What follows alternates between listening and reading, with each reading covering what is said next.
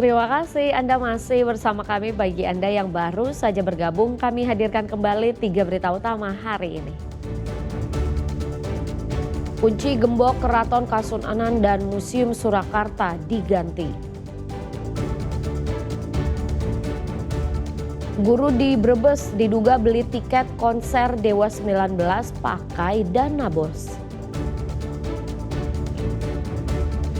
Pelaku pembunuh pengacara ditangkap di Cilacap. Motifnya rampas mobil korban untuk bayar utang.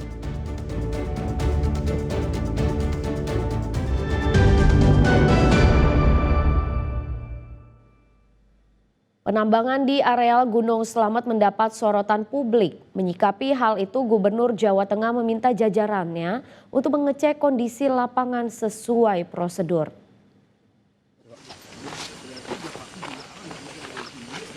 Aktivitas penambangan di Gunung Slamet dapat sorotan warga yang khawatir akan dampak kerusakan alam. Menyikapi hal itu, Gubernur Lutfi membentuk Satgas dan berkolaborasi dengan Kementerian Lingkungan Hidup dan Kehutanan untuk atasi persoalan tambang di kawasan tersebut.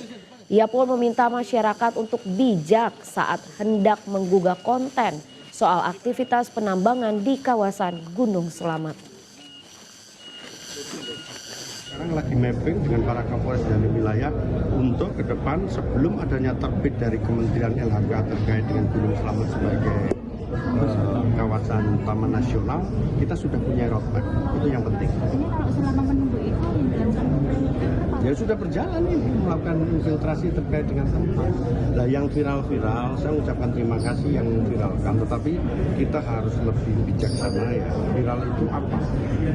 Dan sudah kita tindak lanjuti sebagian contoh, misalkan yang viral kemarin ternyata izin tambangnya sudah kadaluarsa. Kita harus memilah dan memilih mana yang menjadi kepentingan masyarakat, mana kepentingan dari perizinan yang sudah berlaku, mana yang itu mempunyai akibat dari derupsi daripada kerusakan lahan.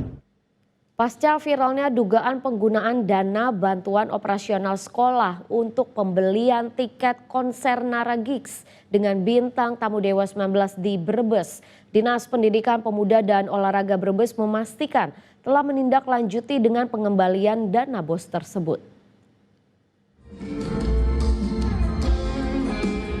Akhir-akhir ini viral di media sosial terkait bukti kwitansi dengan penggunaan dana biaya operasional sekolah atau BOS yang digunakan untuk membeli tiket konser Nara Gigs dengan bintang tamu Dewa 19 di Stadion Karangbirahi, Kabupaten Brebes.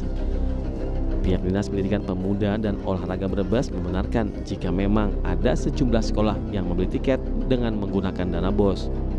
Namun dana BOS tersebut telah dikembalikan sebelum berlangsungnya konser pada Sabtu malam lalu. Terkait hal ini, dalam waktu dekat, Dinas Pendidikan Pemuda dan Olahraga Brebes akan mengumpulkan seluruh kepala sekolah dasar dan SMP di Brebes. Ini agar kedepannya penggunaan dana BOS benar-benar sesuai peruntukan. Kita tegaskan kembali kepada mereka bahwa dana BOS itu yang wajib hukumnya dilaksanakan sesuai dengan aturan yang ada. Membiayai kegiatan-kegiatan di luar yang telah ditentukan.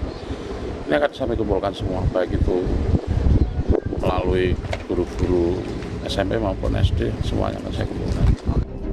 Pihak sekolah juga diimbau untuk lebih bijak menggunakan dana sekolah dan untuk tidak menggunakan uang sekolah dengan hal yang tidak seharusnya. Sugi Hartono melaporkan dari Brebes. Pembuang bayi perempuan di tempat sampah akhirnya ditangkap. Orang tua dari bayi malang itu berusia 21 tahun dan 16 tahun.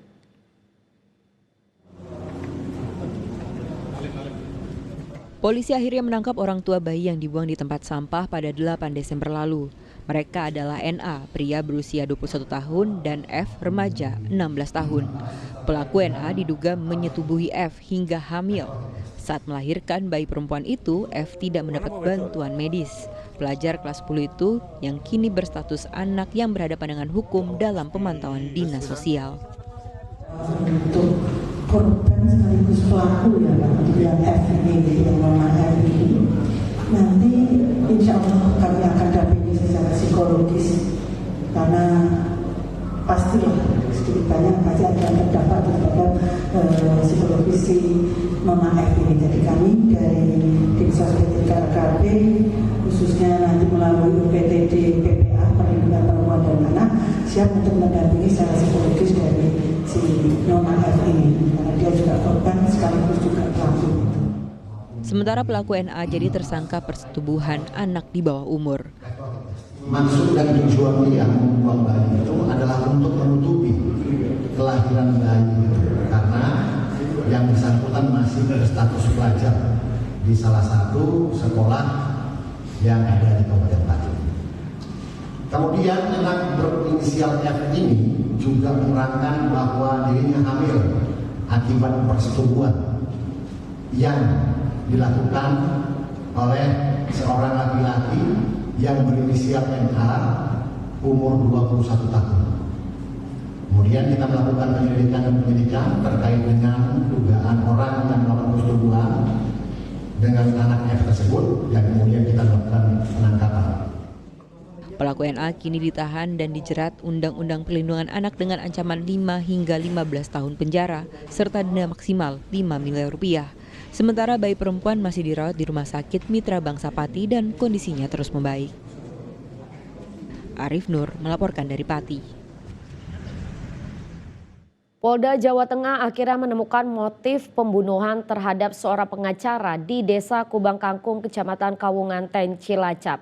Ingin menguasai mobil korban untuk membayar utang. Menjadi alasan dua pelaku tega membunuh dan mengubur korban di hutan. Motif Sayudi dan Juwanto yang tega membunuh pengacara di Kubang Kangkung, Kabupaten Cilacap akhirnya terjawab. Kedua pelaku nekat menghabisi Aris Munadi karena ingin menguasai mobil yang korban kemudikan untuk membayar utang. Modus operandi yang dilakukan tersangka adalah memukul korban menggunakan batang kayu sebanyak 3 kali yang mengenai bagian belakang leher, kemudian mencekik korban hingga meninggal dunia. Dalam pengungkapan perkara tersebut, polisi turut mengamankan sejumlah barang bukti, diantaranya batang kayu, cangkul, pakaian korban, telepon genggam, serta 2 unit mobil. Memang baru 1 bulan antara tersangka dan korban ini saling kenal. Namun sudah beberapa juga ya kegiatan-kegiatan yang dilakukan. Memang keduanya sering ziarah ke tempat-tempat ritual, tempat-tempat pemakaman rekan-rekan. Terus ada beberapa hal juga saling membantu, sharing komunikasi terkait dengan hutang-hutang daripada tersangka ini. Ya, jadi seperti itu. Namun ternyata tersangka ini punya niatan untuk memiliki mobil Kalia warna hitam yang dimiliki oleh korban. Jadi keinginannya itu untuk memiliki, selanjutnya dijual, lanjut ini untuk membayar hutang-hutang daripada tersangka tersebut, ya, sehingga niatan itu untuk membunuh terus sudah dipersiapkan memang rekan-rekan semua. Jadi tersangka ini sudah menyurvei ya tempat-tempat yang nanti akan dijadikan untuk tempat eksekusi dan juga tempat untuk mengubur. Makanya kasus ini bermula dari laporan orang hilang yang dibuat istri korban ke Polresta Banyumas pada 25 November lalu. Setelah dilakukan penyelidikan, polisi memperoleh keterangan saksi yang mengarah pada lokasi penguburan korban. Atas perbuatannya, kedua tersangka pembunuh pengacara kini ditahan dan dijerat dengan pasal pembunuhan berencana dengan hukuman seumur hidup dan penjara paling lama 20 tahun. Agus Hermanto melaporkan dari Semarang. Ya, Pak.